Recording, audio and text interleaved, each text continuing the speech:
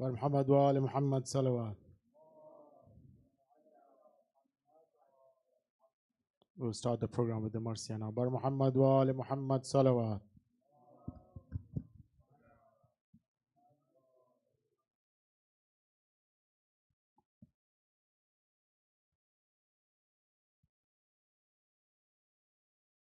شہدائے کربلا کو سلام کی غرض سے ایک سلام ہے، آواز بلند صلوات.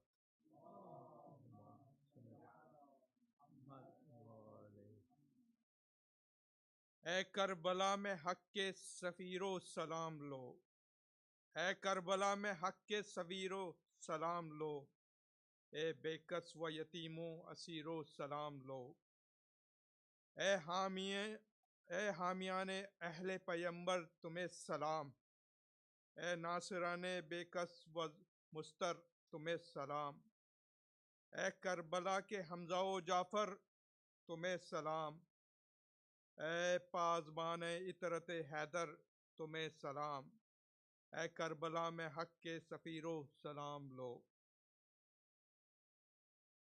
گھر بھر کے لاڈلے علی اکبر تمہیں سلام، اے فاطمہ کے لال کے دلبر تمہیں سلام، برچھی لگی کیسی جگر پر تمہیں سلام، سونا پڑا ہے اب یہ بھرا گھر تمہیں سلام، اے کربلا میں حق کے سفیرو سلام لو. قاسم کی ہائے مرگ جوانی تمہیں سلام، خون میں بھری حسن کی نشانی تمہیں سلام، اے تین دن کے تشنہ دہانوں تمہیں سلام، شہزادے بند ہو گئے پانی تمہیں سلام، اے کربلا میں حق کے سفیرو سلام لو. شیروں کے شیر ثانی حیدر تمہیں سلام، کیا تھی مجال روکتا لشکر تمہیں سلام، پانی کو تم نے مار دی ٹھوکر تمہیں سلام، بس لوٹ آئی مشق کو بھر کر تمہیں سلام، اے کربلا میں حق کے سفیرو سلام لو. اے فوج شہ کے ننھے سپاہی تمہیں سلام، کیا خوب تھی تمہاری لڑائی تمہیں سلام، ایسی زباں لبوں پہ پھیرائی تمہیں سلام، الٹ کے رکھ دی ساری خدائی تمہیں سلام، اے کربلا میں حق کے سفیرو سلام لو.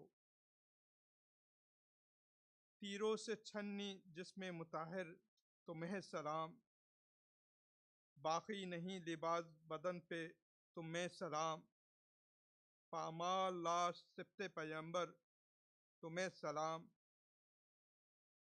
نیزے پہ وقف کرتے ہوئے سر تمہیں سلام، اے کربلا میں حق کے سفیرو سلام لو. دکھ ہے سکینہ تم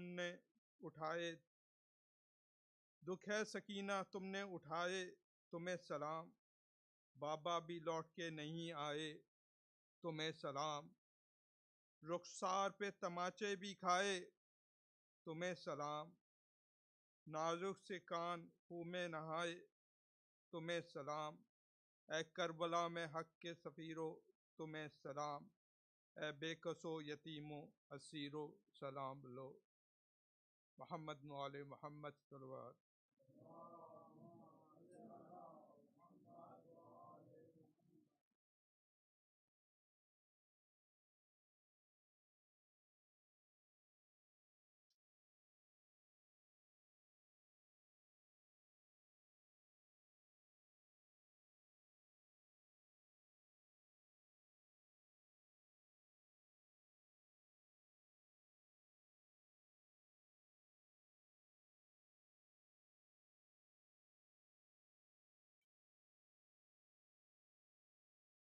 محمد وآل محمد صلوات.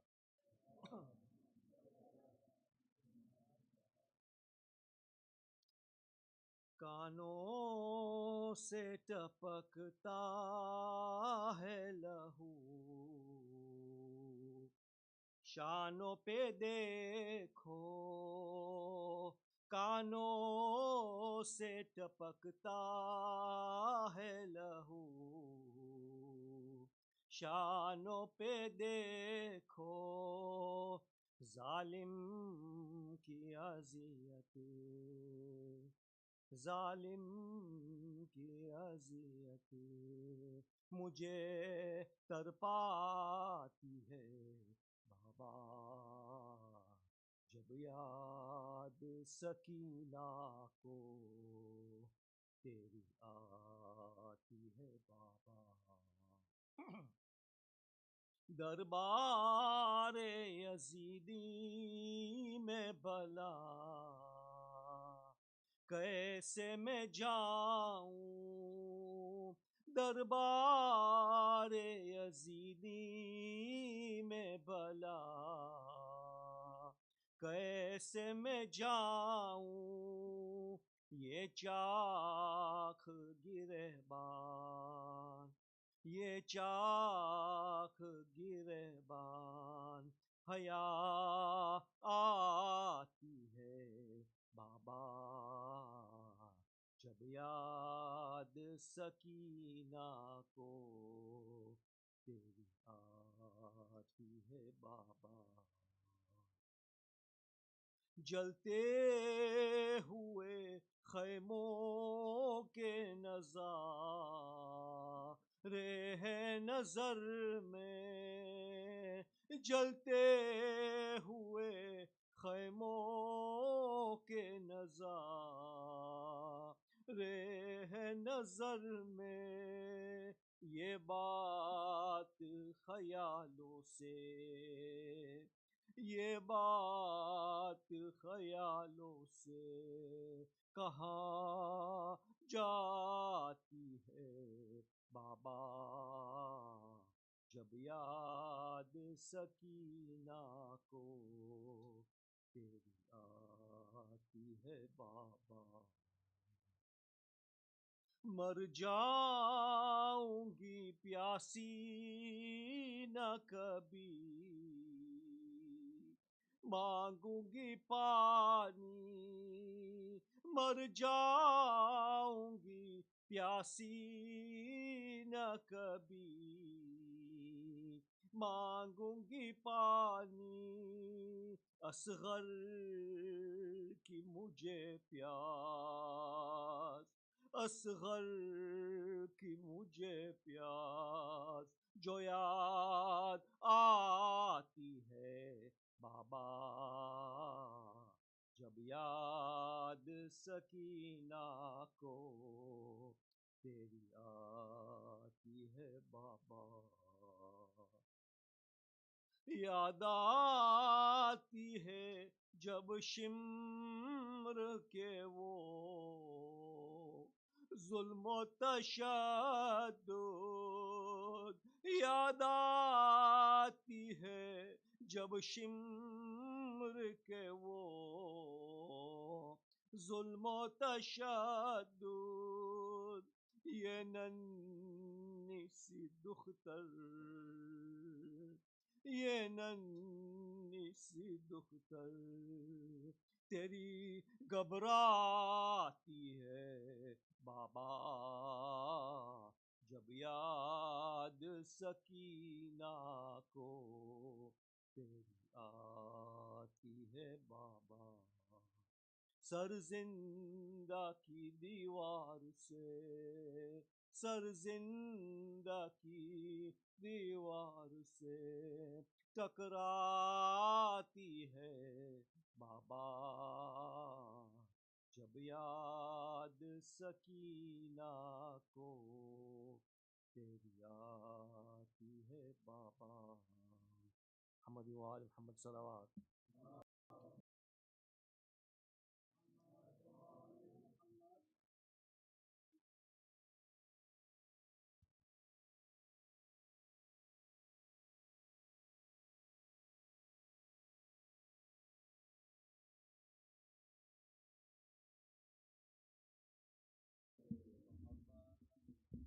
محمد وآل محمد صلوات۔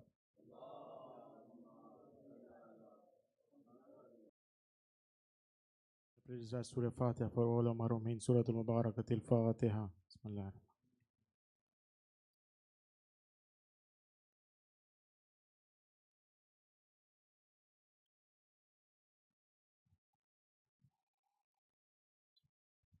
Can I request all the youth to please move as far forward as you can so that people who come late can easily go in. So please can you move as far forward as you can.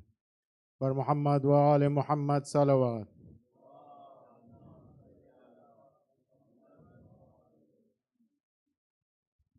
Can you please invite the Maulana to the minbar with a loud nari salawat. Bar Muhammad wa Ali Muhammad salawat.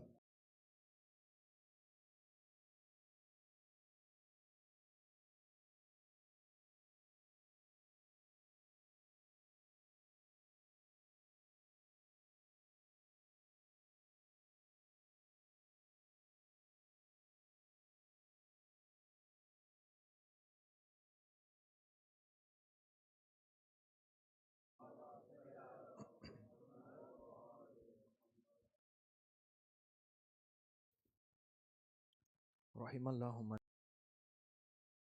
الفاتحة.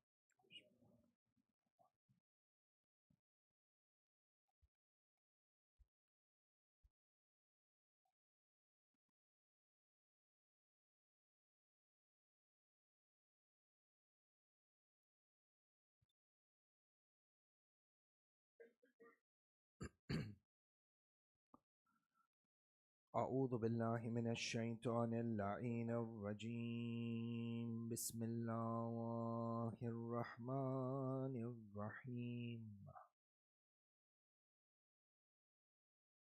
الحمد لله بارئ الخلائق الأجمعين، باعث الأنبياء والمرسلين،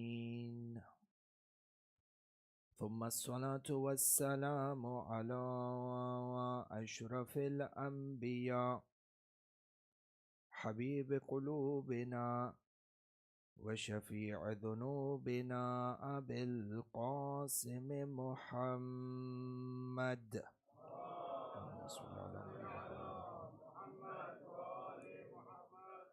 ثم الصلاة والسلام على أهل بيته الطيبين الطاهرين المعصومين المظلومين،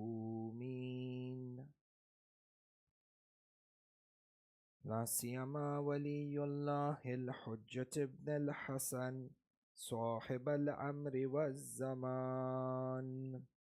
اللهم صل على محمد وآل محمد. روحي وأرواح العالمين له الفداء، ولعنة الله على أعدائهم أجمعين من الأولين والآخرين إلى قيام يوم الدين. آمين رب العالمين.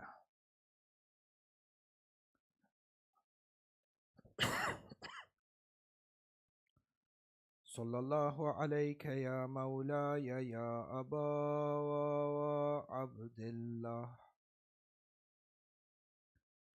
صلى الله عليك يا مولاي يا أبا عبد الله. يا رحمة الله الواسعة ويا باب نجاة الأمة،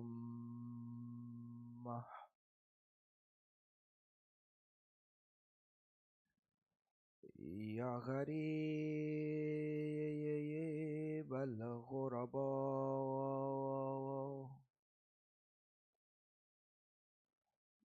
يا مظلوم كربلاء. السلام على من جعل الله الشفاء في تربته، السلام على من الإجابة تحت قبته. السلام على ساكن كربلاء. فيا ليتنا ثم يا ليتنا كنا معكم سادتي. يا سادتي فنفوز فوزا عظيما. أما بعد، علمنا مولانا إمام جعفر بن محمد وهو أصدق الصادقين صلوات الله وسلامه عليه. اللهم صل على محمد وعلى محمد. أن نزور الإمام الحسين وأن نزور الشهداء ونقول لهم السلام عليكم يا أنصار أبي عبد الله الحسين. بأبي أنتم وأمي تبتم وطابت الأرض التي فيها دفنتم وفزتم فوزا عظيما. فيا ليتني كنت معكم فأفوز معكم. صدق الإمام وآمنا به. نوروا مجالسكم بذكر محمد وآل محمد. اللهم صل على محمد وآل محمد. أحبائي, you find that the institution of ziyarah in itself is a madrasa of ma'rifah. And you find that we are able to understand the azamah and the grand maqam that was attained by the companions of Imam al-Hussein. We are able to understand their azamah through the words that are recited in the ziyarah as taught to us by Imam al-Sadiq. For we have various numerous texts that have emanated from the Ma'soom Imam, mannerisms, etiquettes through which we address the Ma'soom Imam when we go for ziyarah. But the recitation of ziyarah is it's not merely protocol. La, the ziyarah within it is gems and treasures of ma'rifah through which you are able to understand the grand position of the person whom you are performing the ziyarah of. And similarly, if we wish to understand the grand position of the companions of Imam al-Hussein who were Shaheed with him on the day of Ashura, it is imperative upon us to contemplate on the words of the ziyarah taught to us by Imam al-Sadiq. For you have a look at these companions of Imam al-Hussein, Imam Sadiq, Ma'soom Imam Hujjatullah fil Ard, teaches us that when you address the shuhada, you will say to them, Assalamu alaikum ya Ansara Abi Abdullah al-Hussein. Peace be upon you, salam upon the Ansars of Imam al-Hussein. ركزوا شوفوا on this point. بأبي أنتم وأمي تبتم وطابت الأرض التي فيها دفنتم. Start with the translation before we go into the main. May my mother and my father be sacrificed for you. فأنت جناب, put in your mind that you are in Karbala al-Muqaddas and you are standing in front of the dharih of the shuhada where they are buried. And you are addressing them by saying, peace be upon you, O helpers of Imam al-Hussein. May my mother and my father be sacrificed for you. تبتم وطابت الأرض التي فيها دفنتم. You reached the highest level of purity, and the land in which you were buried is also purified. فَيَا لَيْتَنِي كُنْتُ مَعَكُمْ. يَا لَيْتَنِي is a phrase in Arabic which is used to denote tamanni, yearning, desire. I wish that I could have been with you and I would have attained this great status of eternal success in the dunya and in the akhirah. And hence, when we begin this journey of the ma'rifah of the ansar of the Imam, دققوا this ibara within the ziyarah. بِأَبِي أَنْتُمْ وَأُمِّي. May my mother and my father be sacrificed for you. This is a statement which is azim, huh? Your parents, this Allah subhanahu wa ta'ala who has placed Jannah under the feet of the mother, Allah subhanahu wa ta'ala who has taught us that birrul walidain, goodness towards the parents, is a necessary prerequisite to even get the scent of Jannah. This birrul walidain, where Allah says in the Quran, do not even say to your parents, uff. Imam Sadiq says these parents who have such a high status, but when it comes to the Ansar of Imam al-Hussein, may my parents be sacrificed for them. Do you know what that means? I would prefer the life of the companions of Imam al-Hussein over the life of my parents. Azim! How great must the status be of the companions of Imam al-Hussein, such that one is supposed to reach such a level of iman. Shay'un ajib wa gharib. The Imam doesn't have mubalagha. انتم شوفوا the translation of the ziyarah is available. Imam doesn't have mubalagha. Imam doesn't exaggerate in his words. But what have these people achieved? What were their lifestyles like, such that the Imam uses such grand words such as these? And hence from here, Ahibba'i, the human being is in need of role models. And the best of the role models, the Ahlul Bayt, without a shadow of a doubt. But in addition to the Ahlul Bayt, we are in need of role models and to emulate those companions that were within the immediate vicinity of the Ma'soom Imam and attained the highest level of success in the dunya and the akhirah. And therefore, it is important, number one, to study their lifestyles. Number two, to seek inspiration from their lifestyles. Number three, to emulate their lifestyles within our own lives, to implement their seerah in our own lives, such that we may be from amongst the Ansar of our Imam of the time, like the way they were the Ansar of the Imam of their time. And with this, inshallah, the goal for tonight's Majlis is to shed light on certain aspects of the seerah and the biography of one of the grand 72 shuhada of Karbala by the name of Jawn, who was the Mawla and the servant of Abu Dhar. All of this with the salawat ala Muhammad wa ala Muhammad.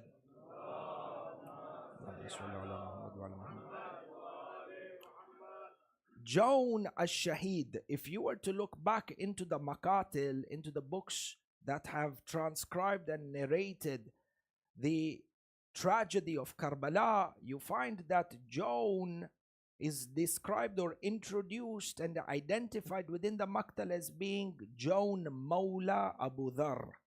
And over here, the word Mawla means two things within this context. Mawla has multiple meanings. In the context of our subject for tonight, the word Mawla means two things. Number one, it was a title that was given to a person who was a freed slave or a liberated slave, meaning that for a certain part of his life, he was a slave and then liberated. And number two, the word Mawla was also a title given to non-Arab Muslims within the Arabian Peninsula. So if we understand this, you find that within the seerah of Jawn, Jawn was actually of Nubian descent. He was originally from Africa. He was African descent, and more particularly from Nubia. Nubia is the region in present day southern Egypt up to Sudan, around the banks of the river Nile. They had a great civilization, the Nubian civilization. So what is understood from history is that Jawn from this area of Nubia ended up in the Arabian Peninsula, in Hijaz, in Mecca and in Medina, within the land of Hijaz, and was a slave who was owned by Fadl ibn Abbas. Fadl ibn Abbas is one of those close companions of Rasulullah who actually had the honor of assisting Amirul Mu'mineen whilst he was giving the ghusl to Rasulullah sallallahu alayhi wa alihi wa sallam. Allahumma salli ala Muhammad wa ala Muhammad wa ajil faraja. And upon the death of Fadl ibn Abbas, Amirul Mu'mineen purchased Jawn and liberated him. When he liberated Jawn, he placed him under the patronage of the great Sahabi Abu Dhar al-Ghaffari. And the historians mention that for close to 18 years, Jawn lived under the household of Abu Dhar and drank from the madrasa and gained ilm from the madrasa of Abu Dhar al-Ghaffari. Now it is important over here to take some time and to shed light on the seerah of Abu Dhar al-Ghaffari.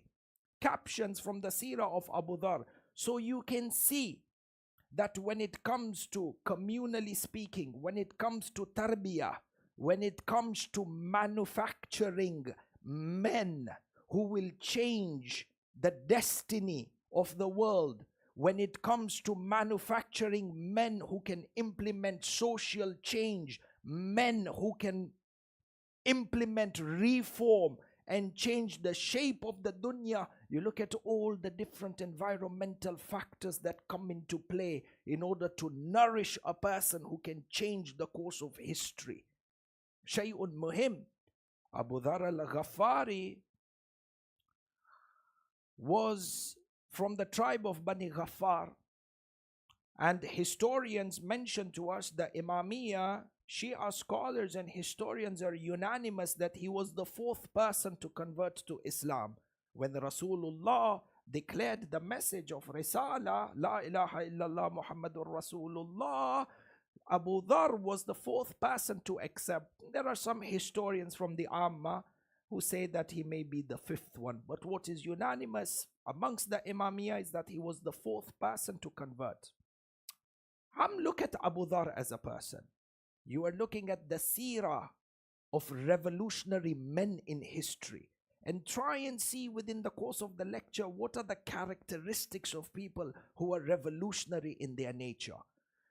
The seerah mentions that Abu Dhar, before the proclamation of Risala, his town was very close to Medina. The town of Ghaffar, of Bani Ghaffar, his tribesmen, it was close to Medina. It was in the outskirts between Mecca and Medina. And his tribe was known to worship an idol known by the name of Manat.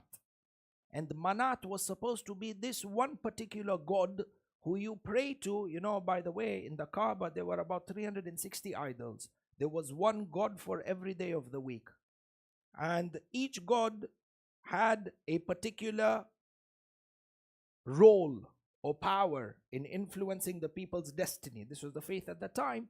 So this god Manat, who belonged to the town of Bani Ghaffar, was a god who was known to protect you from bad luck. He's like the way we would say, he's the god who protects you from the evil eye and from the nazar and the this and the that. So what would happen is people would come and provide their offerings, present their offerings to this god and seek good luck from him. It was an idol. So Abu Dhar was seated one day by the temple looking at this idol.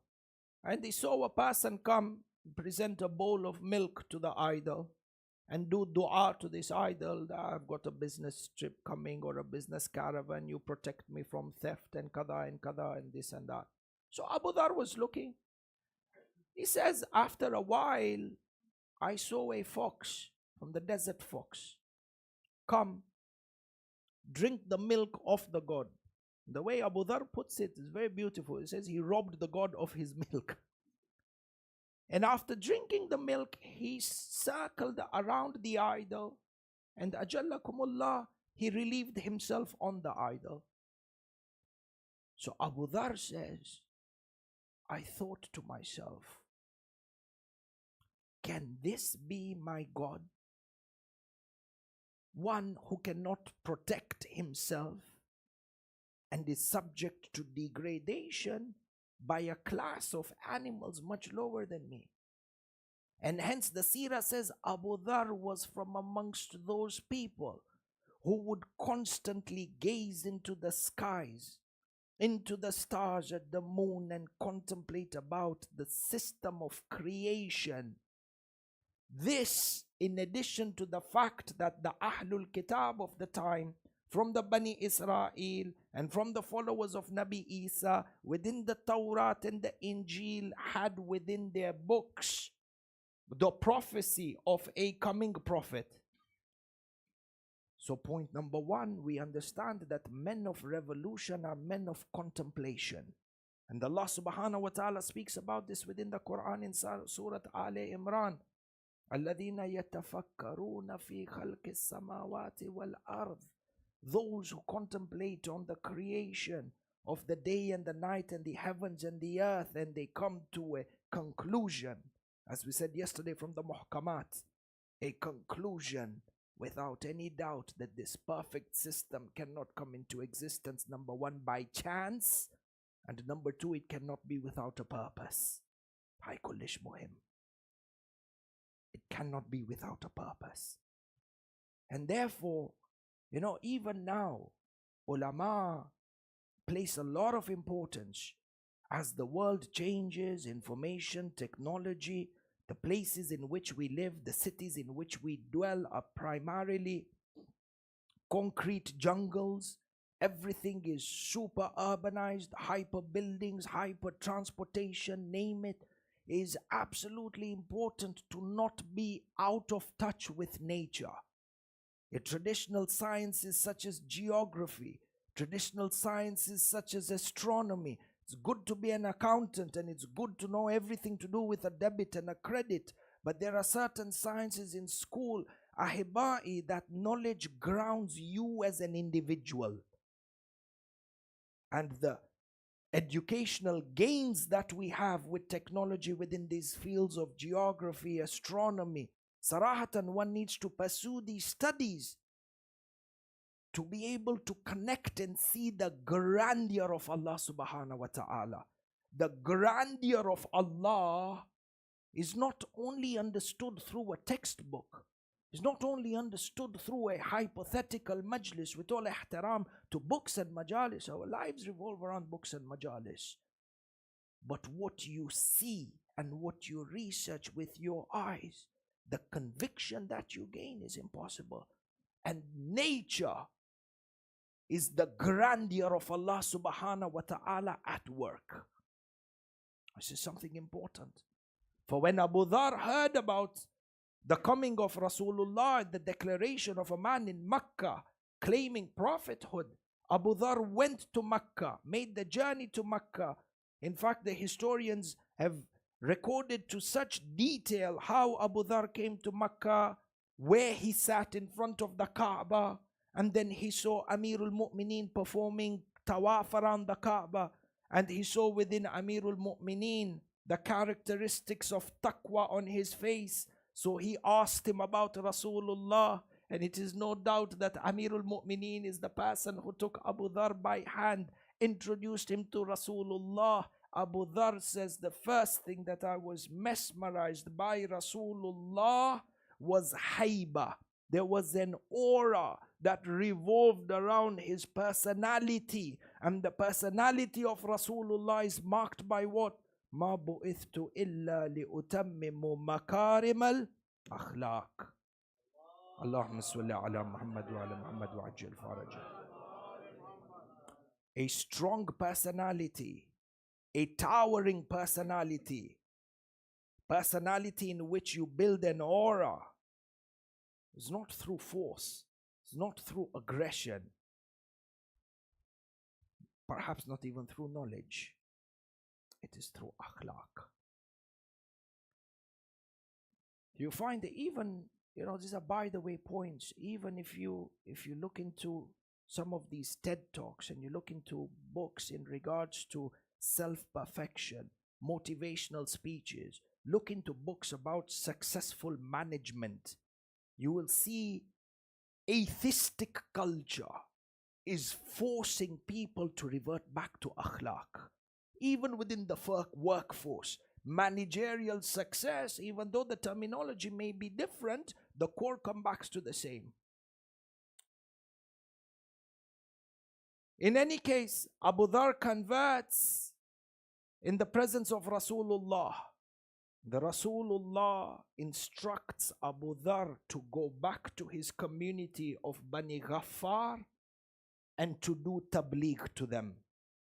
The narrations mention over a period of 13 years, Abu Dhar lived amongst his community members and tirelessly worked to invite them towards the path of Tawheed. By the time Rasulullah moved to Medina and established the first ever Muslim state in the city of Medina, Abu Dhar returned back to Rasulullah with the entire or a majority of the tribe of Bani Ghaffar converting to Islam. And you know what is from the fakhr of honor of Abu Dhar?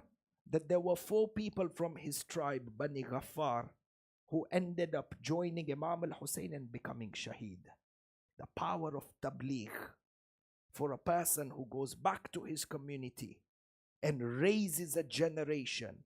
In fact, Abu Dhar, what is very widely known, Sheikh Khurr al-Amili, the author of Wasa'il al-Shia, narrates that Jabal Amil in south of Lebanon. You know what is the root of Shiaism in Jabal Amil? Jabal Amil became Shia by the barakah of Abu Dhar al-Ghaffari. And that even look at the circumstances in which Abu Dhar ended up in Jabal Amil. Historians mention that Abu Dhar al-Ghaffari was a staunch, this is agreed upon by both ulama of the Amma and the Khassa, Sunni and Shia,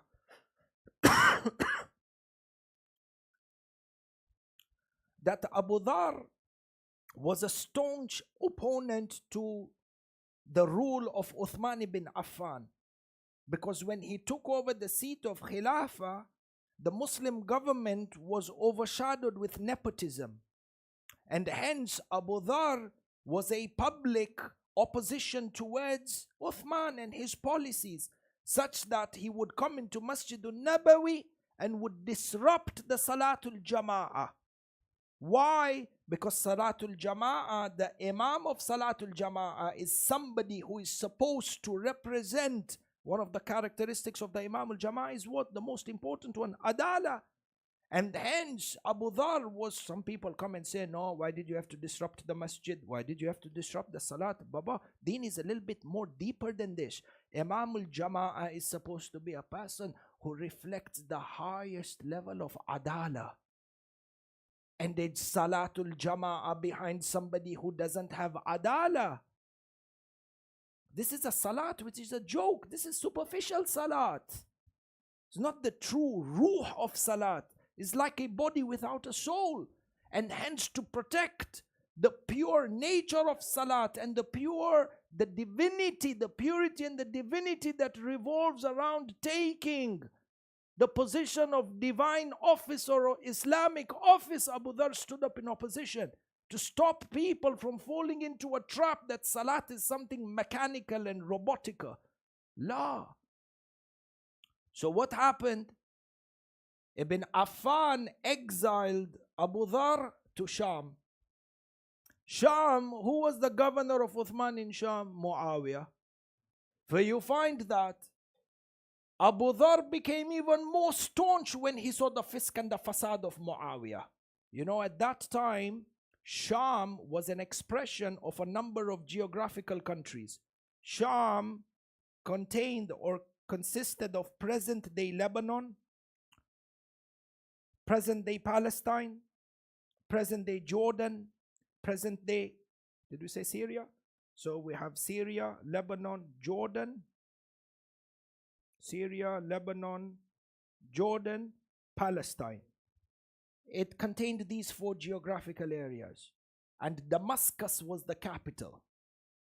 What happened is that when Muawiyah saw Abu Dhar was inviting people towards the wilayah of Amirul Mu'mineen and exposing the fasad of the ruling party elected as a result of Saqifa, Muawiyah exiled Abu Dhar to Jabal Amil, the south of Lebanon, which is a village area, and at that time was perhaps one of the most inhabitable areas. In a state of exile, Abu Dhar converted majority of Jabal Amil into Shias. Do you know what this shows you? Again, characters of people of revolution. The first character, don't lose the train of thought over here. We said the first character is what? That these are people of deep contemplation. Number 2, men of revolution. People who are reformists in their lives are those who do not submit to excuses under any circumstance. Even exile was not an excuse for Abu Dhar to cause change inside of the community. People who are not prisoners of circumstances around them.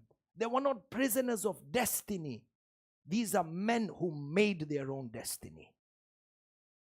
This is something muhim jiddan. From the barakat of Jabal Amil. Look at the domino effect.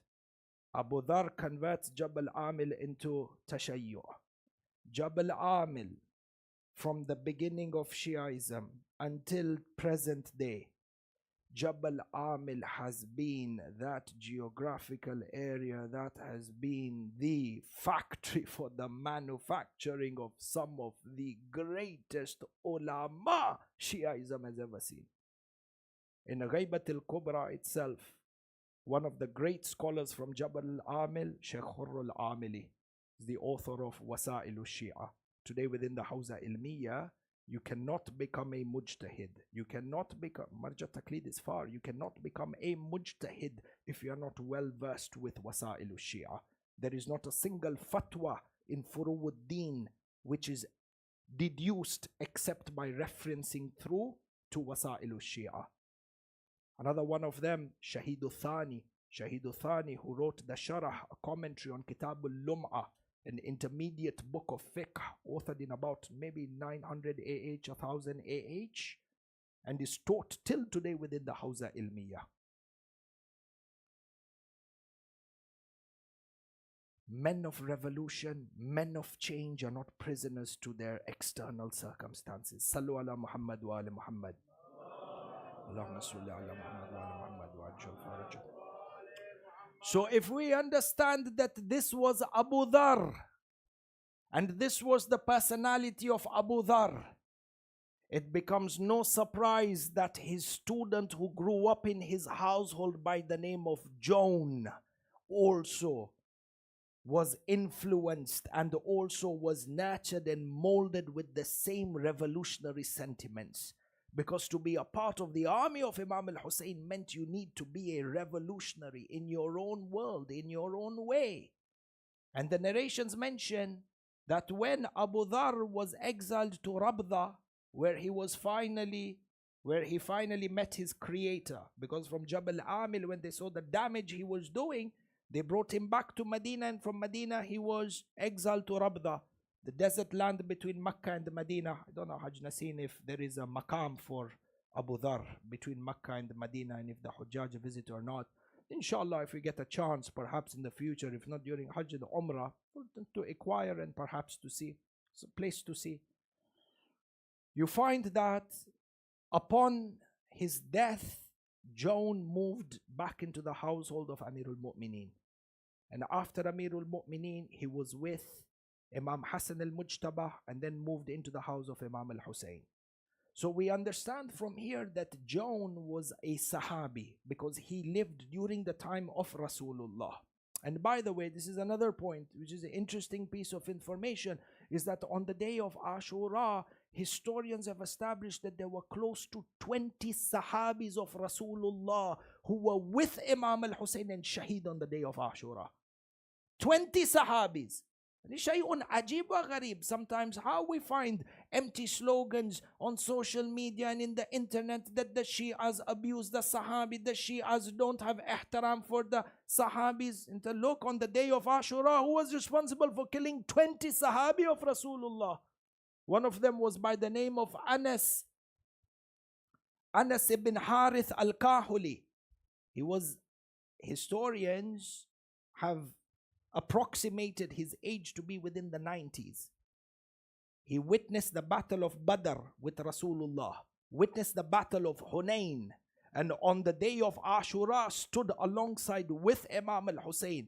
Sometimes if you were to see a person at the age of 90 doing matam, we say, what an achievement. Look at these people who were with Imam al-Hussein. They defied nature. Why? Because of their wilayah towards Imam al-Hussein. He stood in the battlefield and was one of the last people to be martyred. And even that, when he went into the battlefield, he didn't fall lightly. Jawn was from those Sahabi who migrated then with Imam al-Hussein from Medina to Mecca and from Mecca to Kufa. So he was with Imam al-Hussein from the very first day. Jawn, Ahibba'i, had certain characteristics and qualities within him that allowed him to attain this high position of distinction. Number one,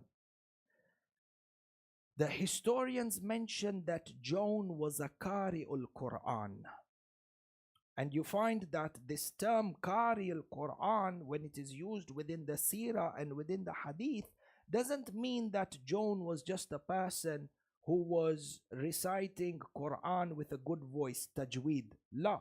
If you go back to history and you go back to Hadith literature, what is understood from Qari'ul Quran is the term Qari is given to somebody who memorized majority, if not all of the Quran, in addition to the tajweed, but is also a mufassir of the Quran, is able to do tafsir of the Holy Quran. And as we saw yesterday, to refortify what our conclusion from last night, the Quran and our ability to extract guidance and hidayah from the Quran is when you take the tafsir of the Quran from Ali Muhammad. Which is why people like Jawn, when you read in Tariq that these were mufassirs of the Quran, means that they learned the science of the interpretation of the Quran from Amir al-Mu'mineen and from Ahlul Bayt. Aliyun ma'al Qur'anu wal Qur'anu ma'a Ali. These are not empty slogans. Ahna ahibba'i at a communal level, we are falling short and we are in dire need of tafsir of the Quran through the words of Ali Muhammad in English. Our first exposure towards the Quran needs to be exposure to the Quran with the tafsir from Ali Muhammad, from footnotes of Ali Muhammad. If you are able to come a little bit forward, brothers, those who are coming later on can easily find a place to sit. Sallu ala Muhammad wa ala Muhammad.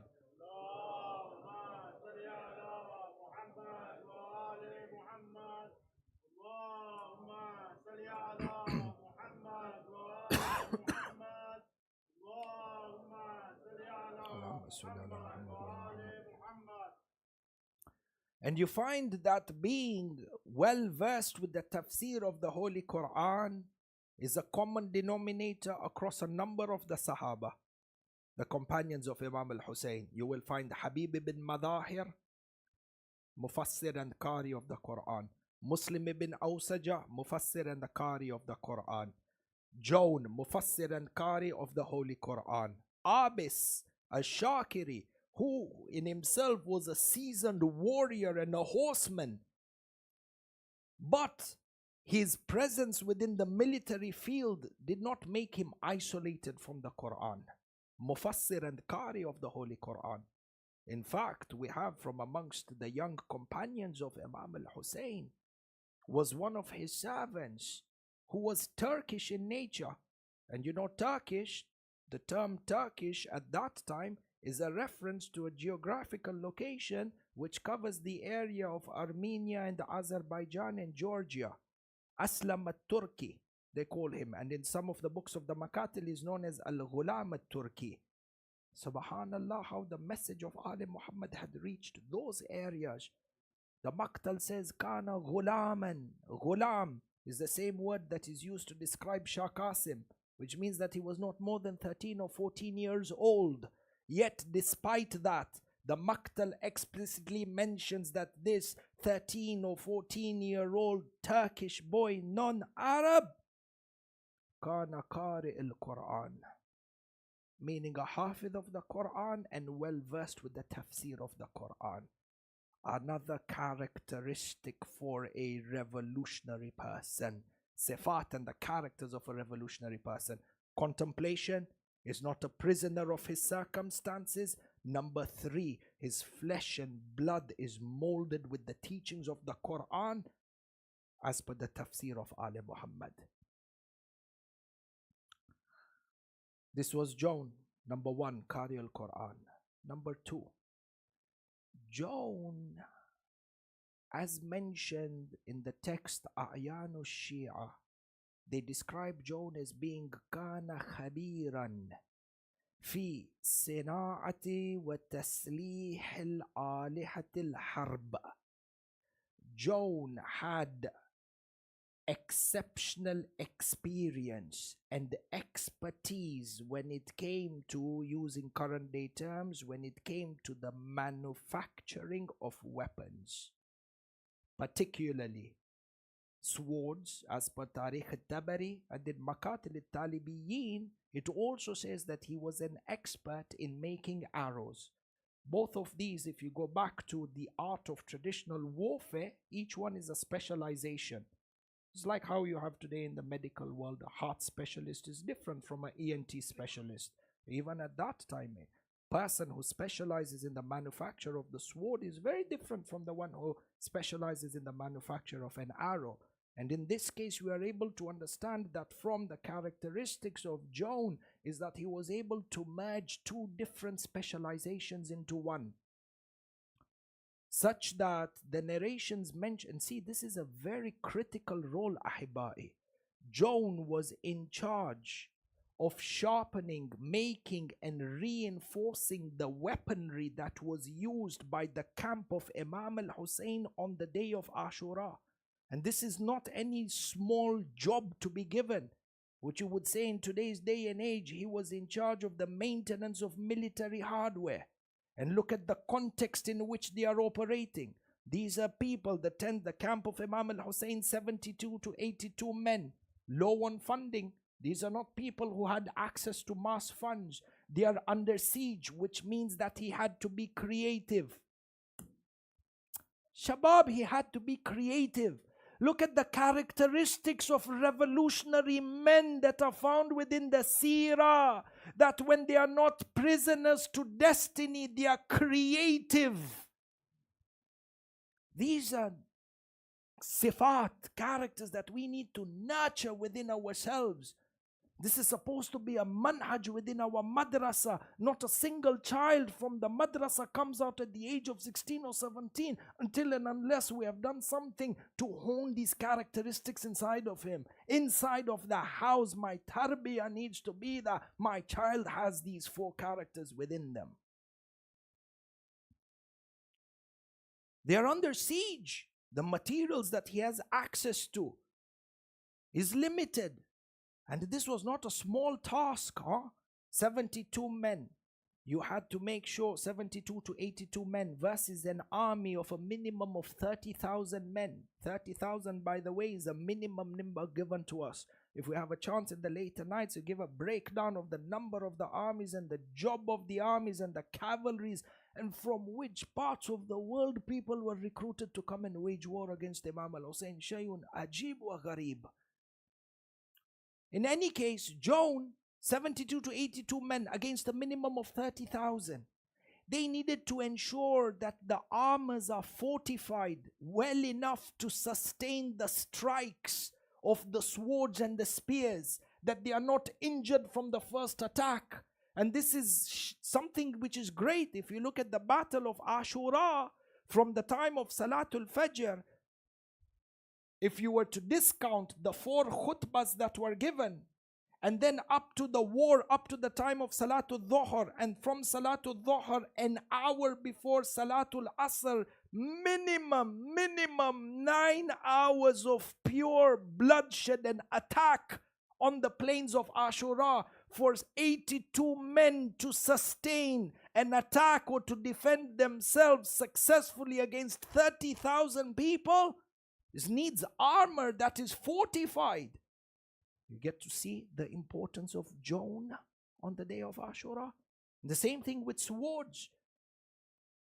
Inshallah, Tijina will come with us aspects of the battle on the day of Ashura. The tents and the camp of Imam al-Hussein. Number 1, they were subject to an attack from the right wing twice. When that failed, they were attacked from the left wing. When that failed, the army of Shimr and Umar ibn Sa'ad made an all-round 4-directional attack on the camp of Imam al-Hussein. And yet they were able to withstand the attack up until the time of Salatul Dhuhr. You know that with a sword, those of us who have got any sort of experience, and even anyone who uses the knife at home, the sword can cause or can lead a damaging strike once, twice, thrice, 4 times. The 5th time onwards, 6th time onwards, the sharp sword becomes blunt, becomes an inefficient weapon in the battlefield. The job of Jawn was to make sure that that efficiency is there. And when you look at the nata'ij, the results of this battle, we begin to understand the value of the men who are surrounding Imam al-Hussein. They are people who had skill sets that they used for the Imam Zaman of their time, which is yet another character for us, Shabab. What skill set do I possess? What skill set do I want to possess to contribute towards the cause of my Imam Zaman of my time? These are important lessons, such that the hadith mentioned, the Maqtal mentions. Tariq al-Tabari, on the night of Ashura, Imam Sajjad mentions that Jawn was in the tent of Imam al-Hussein. Imam al-Hussein, he was sitting with Jawn. Imam Sajjad says, because even if you go to Karbala, even today, you find that in the Khaymaga, the position for the tent of Imam al-Sajjad is together with the tent of Imam al-Hussein, the tent of Sayyidah Zainab. They are all in close proximity. And this shows you, we have historical indications that these tents were all together. So Imam Sajjad is narrating what is happening inside the tent of Imam al-Hussein on the night of Ashura. Imam al-Hussein is sitting with Jawn. Sayyidah Zainab is tending to Imam Sajjad. And Imam al-Hussein begins to recite this poem. Ya dahra uffin laka min al-khalil, or Ya dahra uffin laka min khalilin, kam laka bil ishraki wal asili. O time, woe be upon you, woe be upon you, for indeed you are a friend that cannot be trusted, if I was to paraphrase that poem. Kam laka min talibin wa sahibin qatili. How many people have been betrayed by you? And time, when your time is up, the nature of time is that it does not accept any badil, any exchange in regards to you. Yani, this is a poem where very eloquently Imam al-Hussein is saying that my time in this dunya is coming to an end.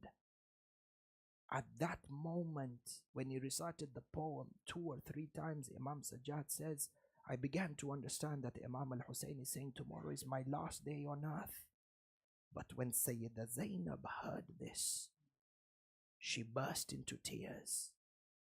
And she came into the tent of Imam al-Hussein and she said, Al-yawma mata abi wa ummi wa akhi. Today, my father, my mother, and my brother have died. Yani, with the dying of Imam al-Hussein, she has lost the entire Ahlul Bayt. As this was happening, in Tariq al-Tabari, it is narrated, Jawn was sitting in the tent of Imam al-Hussein, sharpening the sword of Sayyid al-Shuhada. Allahu Akbar. An honor of all honors, that Jawn was selected by Imam al-Hussein to sharpen his sword on the night of Ashura. And what is apparent from the Maqtal is that on the day of Ashura, Imam al-Hussein used 2 swords in battle. He used the sword of Rasulullah, because when he stood in the khutbah on the day of Ashura, he said to the people, do you not see that I am wearing the amama of Rasulullah? Do you not see that I am holding the sword of Rasulullah? So we understand that he was brandishing the sword of Rasulullah. But we also understand from Ziyarat al-Nahiya that Imam al-Hussein performed the final jihad with the Dhul-Fiqar. And Allahu Akbar, from the jihad of Imam al-Hussein, as we will see in the Maqtal Yawm Ashura, Imam Sahib al-Amr in Ziyarat al-Nahiya describes the jihad of Imam al-Hussein. He says, وَتَحَنْتَ جَيْشَ الْفُجَّارِ وَتَحَنْتَ جُنُودَ الْفُجَّارِ وَاقْتَحَمْتَ قَسْلَ الْغُبَارِ مجادلا بذو الفقار كأنك Ali المختار. Imam al-Hujjah says, and you demolished the ranks of the enemies and you were covered in the dust. You entered into the dust of the battlefield, meaning the heart of the battlefield, brandishing the Dhul-Fiqar as if you were Aliyun al-Murtada. This jihad that Imam al-Hussein performed on the day of Ashura, this sword was sharpened by Jawn. Which is why the Maqtal mentions that after the time of Salatul Dhuhr, when a majority of the companions of Imam al-Hussein were Shaheed, Jawn comes to Imam al-Hussein and he says to him, Yabna Rasulullah, give me permission. Imam al-Hussein says to him, Jawn, you are elderly in age.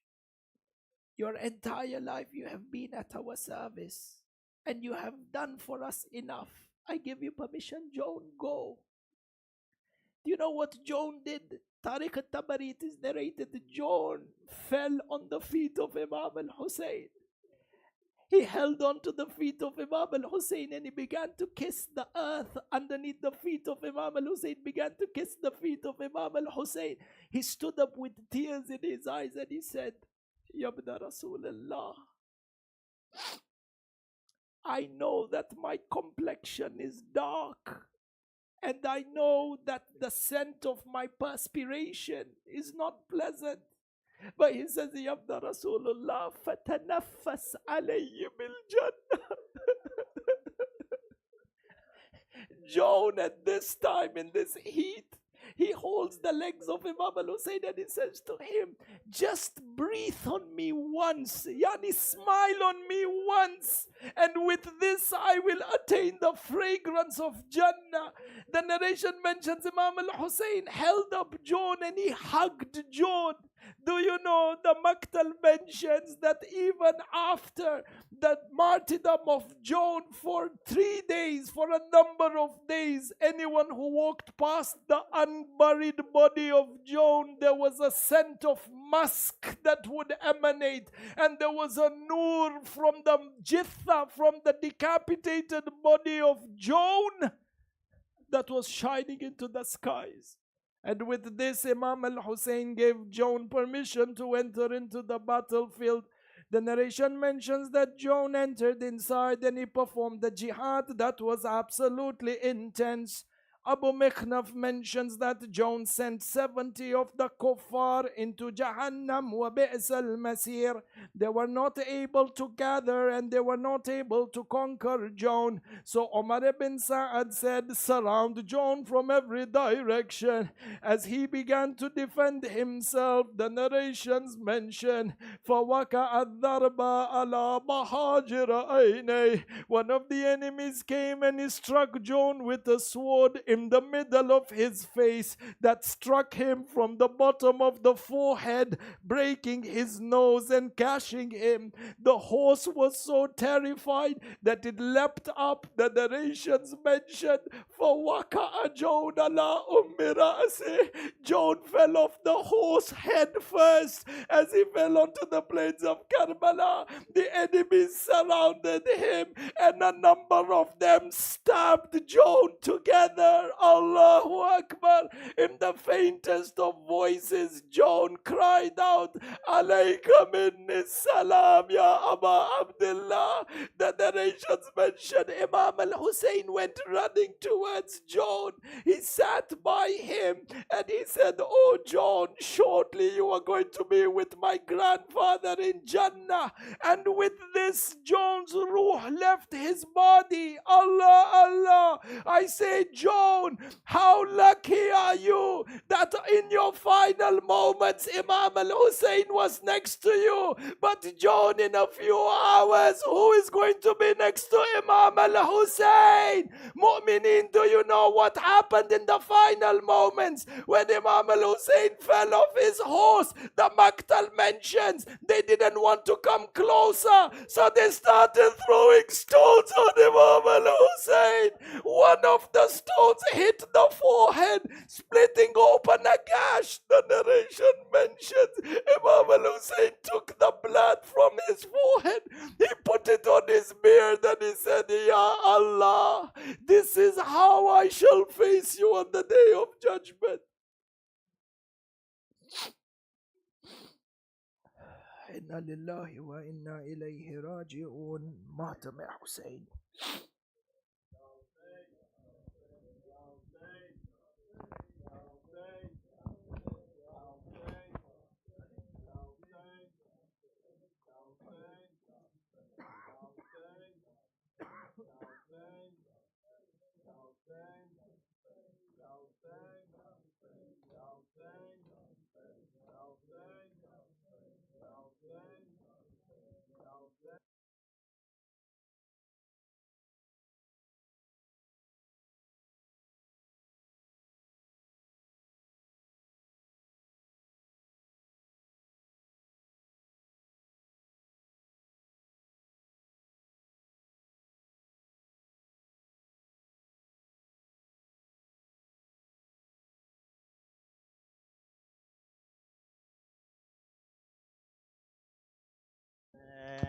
Ya Hussein, Ya Hussein, Hussein, Ya Hussein, Ya Hussein, Ya Hussein, Ya Hussein, Ya Hussein, Ya Hussein, Ya Hussein. Mera nana nabi, meri maa sayyada, मेरा बाबा अली, मेरा भाई हसन, हमी है पंजतन, हमी है पंज। मेरी क्या है खता, मेरी क्या है खता,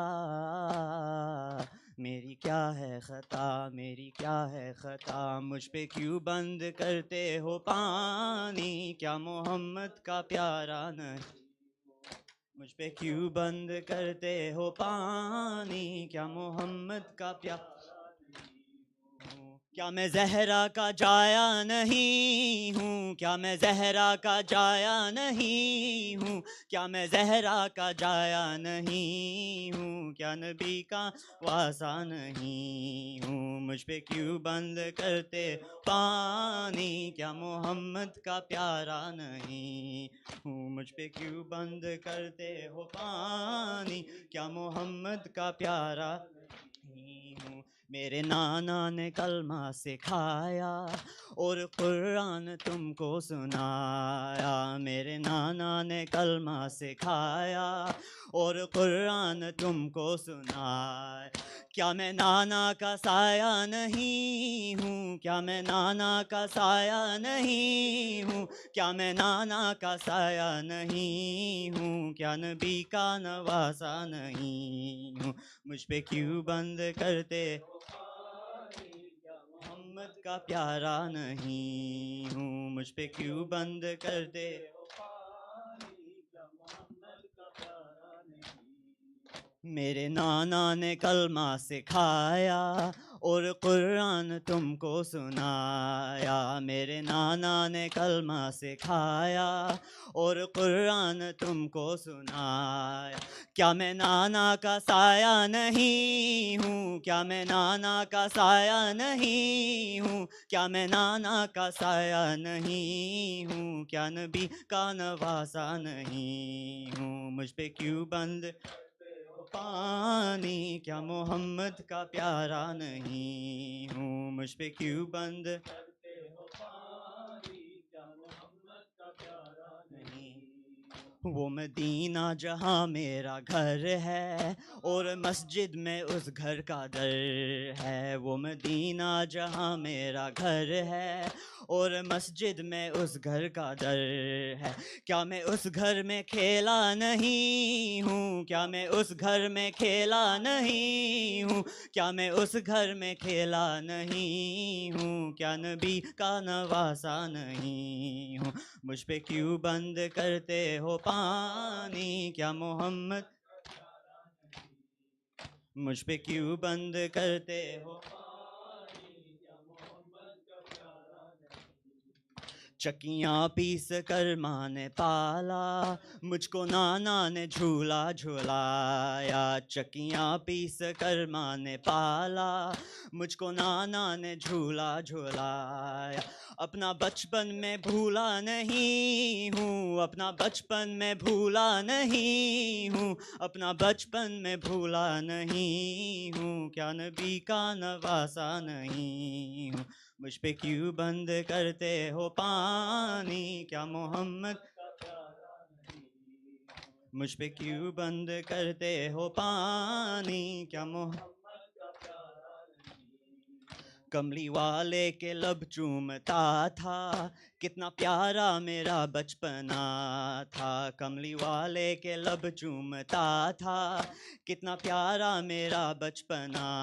تھا کیا میں ان کا دلارا نہیں ہوں کیا میں ان کا دلارا نہیں ہوں کیا میں ان کا دلارا نہیں ہوں کیا نبی کا نواسا مجھ پہ کیوں بند کرتے ہو پانی کیا محمد کا پیارا نہیں ہوں مجھ پہ کیوں بند کرتے ہو پانی کیا محمد کا پیارا نہیں میں جو پانی کبھی مانگتا تھا کیوں تڑپتی تھی ماں اب میں سمجھا میں جو پانی کبھی مانگتا تھا کیوں تڑپتی تھی ماں اب میں سمجھا پاس اصغر کے جاتا نہیں ہوں پاس اصغر کے جاتا نہیں ہوں پاس اصغر کے جاتا نہیں ہوں کیا نبی کا نواسا نہیں مجھ پہ کیوں بند کرتے ہو پانی کیا محمد کا پیارا نہیں ہوں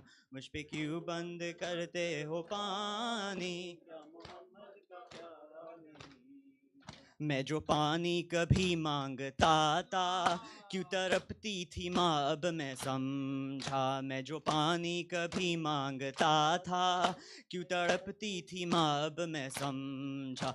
पास असगर के जाता नहीं हूँ, पास असगर के जाता नहीं हूँ, पास असगर के जाता नहीं हूँ। क्या नबी का नवासा नहीं हो, मुझ पे क्यों बंद करते हो पानी। क्या मोहम्मद का प्यारा नहीं, मुझ पे क्यों बंद करते हो पानी। क्या मोहम्मद का प्यारा नहीं। मेरे नाना ने कलमा सिखाया और कुरान तुमको सुनाया। मेरे नाना ने कलमा सिखाया और कुरान तुमको सुनाया। क्या मैं नाना का साया नहीं हूँ, क्या मैं नाना का साया नहीं हूँ, क्या मैं नाना का साया नहीं हूँ, नबी का नवासा नहीं हूँ। मुझ पे क्यों बंद करते हो पानी। क्या मोहम्मद का प्यारा नहीं हूँ, मुझ पे क्यों बंद करते हो पानी। क्या मोहम्मद का प्यारा नहीं। क्या मैं जहरा का जाया नहीं हूँ, क्या मैं जहरा का जाया नहीं हूँ, क्या मैं जहरा का जाया नहीं हूँ। क्या नबी का नवासा नहीं हूँ, मुझ पे क्यों बंद करते हो पानी। क्या मोहम्मद का प्यारा नहीं हूँ, मुझ पे क्यों बंद करते हो पानी। क्या मोहम्मद का प्यारा नहीं हूँ। या हुसैन, या हुसैन, या हुसैन, या हुसैन, या हुसैन, या हुसैन, या हुसैन, या हुसैन, या हुसैन, या हुसैन, या हुसैन, या हुसैन, या हुसैन, हुसैन, हुसैन, हुसैन, हुसैन, हुसैन, हुसैन, हुसैन। अल्लाहुम्मा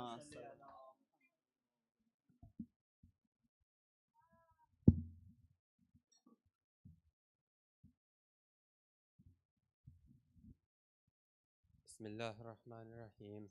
السلام عليك يا رسول الله، السلام عليك يا حبيب الله، السلام عليك يا خاتم الأنبياء ورحمة الله وبركاته. السلام عليكم أهل بيت النبوة ومعدن الرسالة. السلام عليك يا عليا أمير المؤمنين. السلام عليك يا فاطمة الزهراء سيدة النساء العالمين. السلام عليك يا حسن المجتبى وارث أمير المؤمنين ورحمة الله وبركاته. السلام عليك يا أبا عبد الله وعلى الأرواح التي حلت بفنائك. عليكم مني سلام الله أبدا ما بقيت وبقي الليل والنهار، ولا جعله الله آخر العهد مني لزيارتكم. السلام على الحسين وعلى علي بن الحسين وعلى أولاد الحسين وعلى أصحاب الحسين، خصوصا سيدي ومولاي أبو الفضل العباس ابن أمير المؤمنين وقاسم بن الحسن ومسلم بن أخيل وهاني بن أروى وحبيب بن مظاهر وحر الشهيد الرياعي. السلام عليكم جميعا ورحمة الله وبركاته.